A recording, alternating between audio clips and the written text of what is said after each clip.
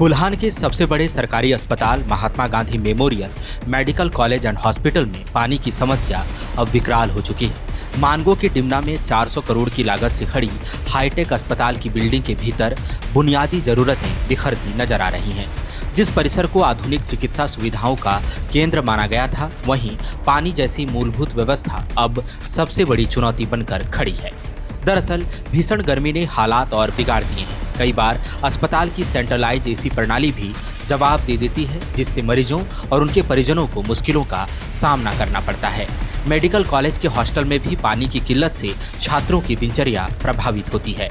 दिक्कत है सर, पानी नहीं कुछ नहीं मिल रहा है। हम खरीद 9-10 दिन से पानी पी रहे हैं, लेकिन अभी तो 15 टैंकर पानी आ रहा है। कहना है कि पानी मिल रहा है मरीजों को। नहीं मिल रहा पानी, पीने का पानी नहीं मिल रहा। पीने का पानी आप लोग अभी भी खरीद के ला रहे हाँ, हैं? खरीद के ही ला रहे। 10-11 बजे के बाद से पानी नहीं रहता है शौचालय में। हम लोग बाल्टी से रखते हैं पानी, तब जाते हैं बाथरूम। अस्पताल में मरीजों को पेयजल समेत अन्य जरूरतों के लिए पर्याप्त पानी नहीं मिल पा रहा है। अस्पताल की वार्डों के अलावा कॉलेज भवन और हॉस्टल तक में पानी की पर्याप्त आपूर्ति नहीं होती, जिसकी वजह से मरीज और छात्र दोनों ही मुश्किल में हैं। बहरहाल मरीजों और उनके तीमारदारों को पेयजल समेत अन्य जरूरतों के लिए पानी खरीद कर लाना पड़ता है। मरीजों का सबसे ज्यादा दबाव इमरजेंसी वार्ड में है। यहाँ बेड की कमी है। भीषण गर्मी के बीच एसी का नहीं चलना मुश्किलें बढ़ा रहा है।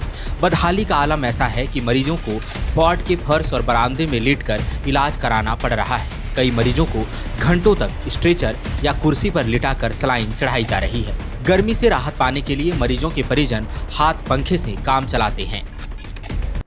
दिक्कत बेसिकली पानी पीने पर ही था।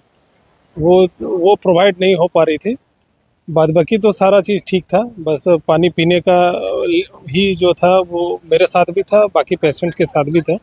वो हम खरीद के ला रहे थे और बाहर जो टंकी लगा हुआ नीचे से, क्योंकि अंदर में पॉइंट दिया गया है, लेकिन वो पॉइंट से पानी का कोई कनेक्शन ही नहीं है। पानी का दिक्कत है और टॉयलेट साफ सफाई नहीं है। पानी नहीं आ रहा है। पीने का पानी नहीं आ रहा है। पीने का पानी और बाथरूम में भी पानी नहीं आ रहा है सही से। पूरा टूटा हुआ है नल वाल।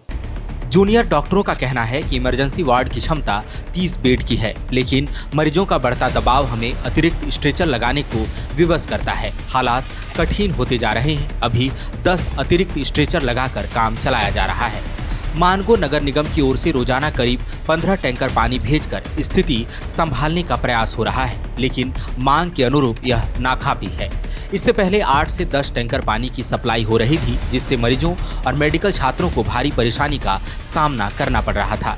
पिछले दिनों पानी की कमी के कारण कई बार डॉक्टरों को ऑपरेशन तक टालना पड़ा। यह साबित करता है कि भीषण गर्मी में अस्पताल की मौजूदा व्यवस्था इस दबाव को झेल नहीं पा रही है। यहाँ पे इस प्रचंड गर्मी में अभी जो सबसे बड़ा समस्या अस्पताल और छात्रों के लिए जो सबसे बड़ा समस्या है वो है पानी की समस्या। यहाँ पे जलापूर्ति का समस्या इसलिए हो रहा है क्योंकि यहाँ पे जितने भी डीप बोरिंग थे उनका ग्राउंड वाटर लेवल काफ़ी डिप्लीट कर चुका है और अभी प्रेजेंट सिनेरियो में वो सफिशिएंट नहीं है वो सप्लाई करने के लिए।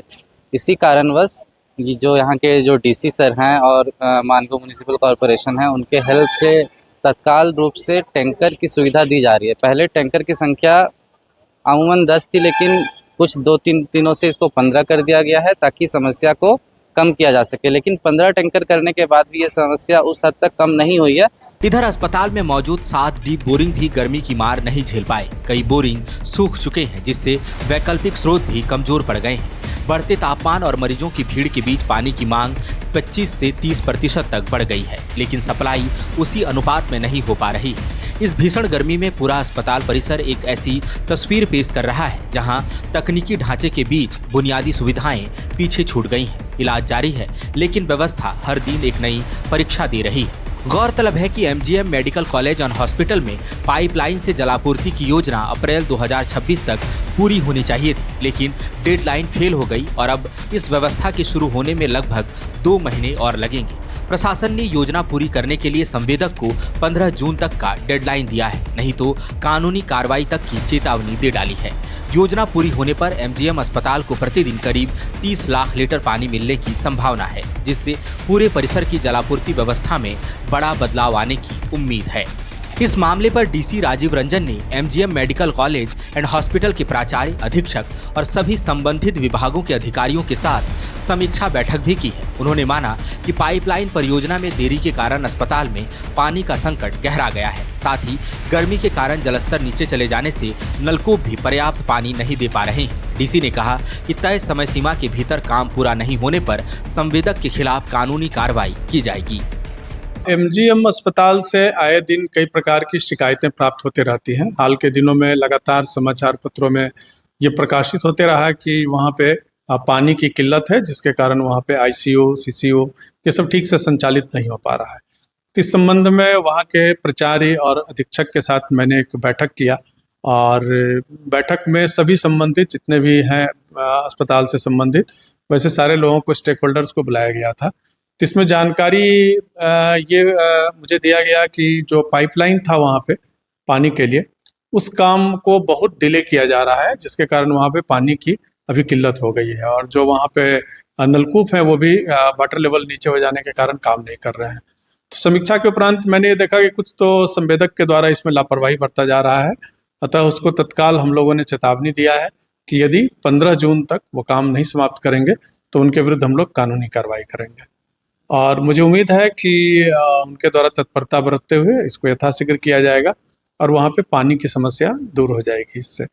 गोल, जहां 27 वर्षों के सफर में 17,000 से भी अधिक छात्रों ने डॉक्टर एवं इंजीनियर बनकर भरे सफलता की ऊंची उड़ान, जहां साधारण छात्र भी झारखंड टॉपर्स बनकर बना रहे इतिहास। दूरदर्शी शिक्षाविद श्री विपिन सिंह के मार्गदर्शन में मेडिकल एवं इंजीनियरिंग के लाखों छात्रों के लिए आशा की किरण के रूप में गोल, नेशंस लीडिंग इंस्टीट्यूट।